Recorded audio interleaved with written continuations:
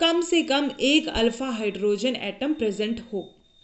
जैसे आपने देखा है यहाँ पे, ये क्या है, इथेनॉल है। इथेनॉल का ये कार्बन है, इस कार्बोनिल कार्बन से डायरेक्टली अटैच जो कार्बन होता है वो होता है अल्फा कार्बन। तो यहाँ पे अल्फा कार्बन है और साथ में तीन अल्फा हाइड्रोजन भी है, तो ये जो है एल्डोल कंडेंसेशन रिएक्शन देंगे। ऐसे ही अगर बात की जाए फॉर्मेल्डिहाइड की, फॉर्मेल्डिहाइड होता है HCHO। अब यहाँ पे आपको पता है C डबल बॉन्ड O से कोई कार्बन ग्रुप जुड़ा ही नहीं है, तो इसमें अल्फा हाइड्रोजन एब्सेंट है, इसमें अल्फा कार्बन ही नहीं है, तो ये एल्डिहाइड जो फॉर्मेल्डिहाइड है वो ये रिएक्शन नहीं देते हैं, एल्डोल कंडेंसेशन रिएक्शन में पार्टिसिपेट नहीं करते हैं। ऐसे ही बेंजल्डिहाइड भी एल्डोल कंडेंसेशन नहीं देगा, क्योंकि इसका जो CHO जो है इससे डायरेक्टली अटैच जो कार्बन है इसमें भी हाइड्रोजन है ही नहीं, चारों तरफ से ये कार्बन से ही घिरा हुआ है, तो इसीलिए इसमें भी अल्फा हाइड्रोजन नहीं है, तो ये भी एल्डोल कंडेंसेशन नहीं देंगे। चलो अब बात करते हैं एल्डोल कंडेंसेशन रिएक्शन होती कैसे है।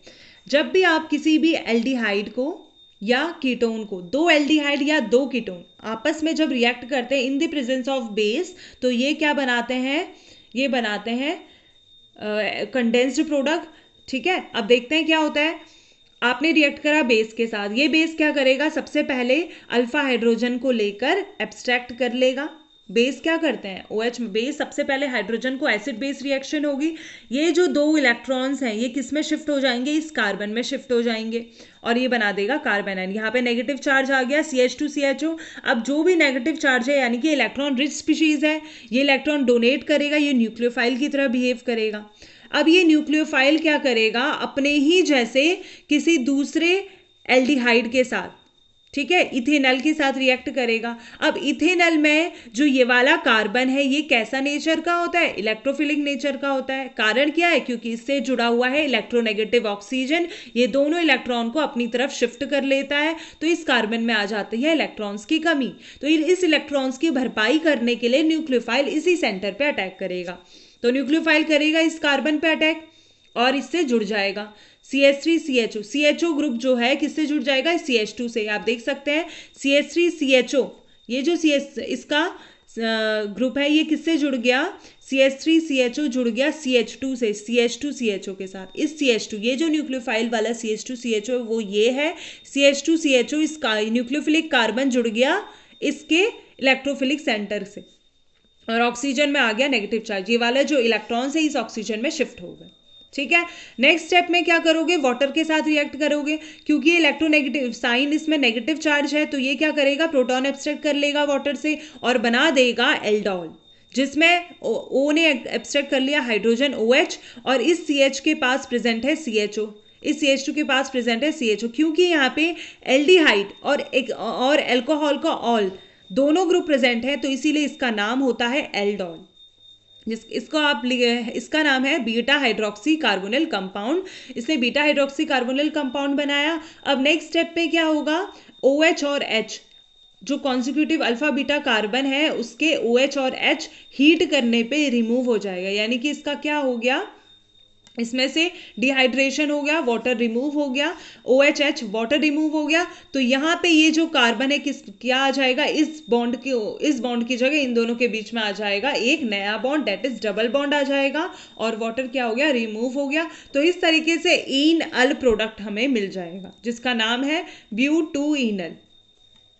ठीक है, रिएक्शन सबको क्लियर है। आपको फर्स्ट स्टेप में बेस से रिएक्शन कराना है। बेस क्या करेगा, अल्फा हाइड्रोजन को लेकर निकल जाएगा और यहाँ पे आ जाएगा न्यूक्लियोफाइल CH2CHO माइनस। फिर ये जो न्यूक्लियोफाइल है अपने ही जैसे दूसरे एल्डिहाइड के साथ रिएक्शन करेगा, उसके इलेक्ट्रोफिलिक कार्बन में अटैक करेगा और जुड़ जाएगा ये न्यूक्लियोफाइल, CH2CHO जुड़ गया इस कार्बन के साथ, ऑक्सीजन में आ गया नेगेटिव चार्ज। फिर नेक्स्ट स्टेप में वाटर के साथ रिएक्शन कराने में इस ऑक्सीजन ने हाइड्रोजन एब्स्ट्रैक्ट कर दिया, अल्कोहल बना दिया और यहाँ पे एल्डिहाइड, क्योंकि अल्कोहल एल्डिहाइड दोनों एक ही ग्रुप में है, एक ही कंपाउंड में, तो इसका नाम पड़ गया एल्डोल। नेक्स्ट स्टेप में जब इसे हीट करेंगे तो वाटर रिमूव हो जाएगा अल्फा बीटा कार्बन से और वाटर रिमूव होने के बाद इस कार्बन और इस कार्बन में आ जाएगा डबल बॉन्ड। तो इस तरीके से ब्यूटूइनल या कंडेंस्ड प्रोडक्ट हमें मिलता है। ये है एल्डोल कंडेंसेशन रिएक्शन। ठीक है, इस तरीके से एल्डोल कंडेंसेशन रिएक्शन होती है। इसकी शॉर्ट ट्रिक जान लीजिए एल्डोल कंडेंसेशन की। अगर आपको वन लाइन में क्वेश्चन पूछा जाए कि दो CH3CHO को डाइल्यूट NaOH के साथ और हीट करा तो क्या प्रोडक्ट बनेगा, तो इसका एक छोटी सी शॉर्ट ट्रिक है, ये भी देख लीजिए क्या है इसमें। जो भी एल्डिहाइड है उसके अल्फा कार्बन के 2 हाइड्रोजन को आपको ऐसे लटका देना है और उसके सामने लिख देना है दूसरे एल्डिहाइड को या ऑक्सीजन को। सेम वैसा ही एल्डिहाइड के ऑक्सीजन को इन दो H के सामने लिख देना है। फिर उसका H2O, ये H2O बना दिया, इस H2O को बाहर कर दो। अब ये जो कार्बन है इस कार्बन के साथ जुड़ जाएगा। ये H2O तो निकल गए, यहाँ पे जो दो बॉन्ड और यहाँ के जो 2 बॉन्ड हैं, इन दोनों बॉन्ड की भरपाई करने के लिए ये वाला कार्बन इस कार्बन के साथ डबल बॉन्ड के साथ जुड़ जाएगा। और ये CH और CH CH3 जुड़ गई डबल बॉन्ड से। तो ये इसकी शॉर्ट ट्रिक है। आप ऐसे ही कीटोन की देख सकते हैं। एक कीटोन को जब दूसरे कीटोन के साथ रिएक्ट कराते हैं तो अल्फा हाइड्रोजन को आपको एक कीटोन के अल्फा हाइड्रोजन और दूसरे कीटोन के ऑक्सीजन को निकाल जो इस तरीके से लिखना है। फिर वाटर इसमें से रिमूव कर दोगे और बाकी बचे दोनों कार्बन को आप डबल बॉन्ड से जोड़ दोगे। CH3C डबल बॉन्ड, CH3 यहाँ पे C डबल बॉन्ड में पार्टिसिपेट कर रहा है, CH CO CH3। तो इस तरीके से आप डायरेक्टली भी कन्वर्ट कर सकते हैं। That's it.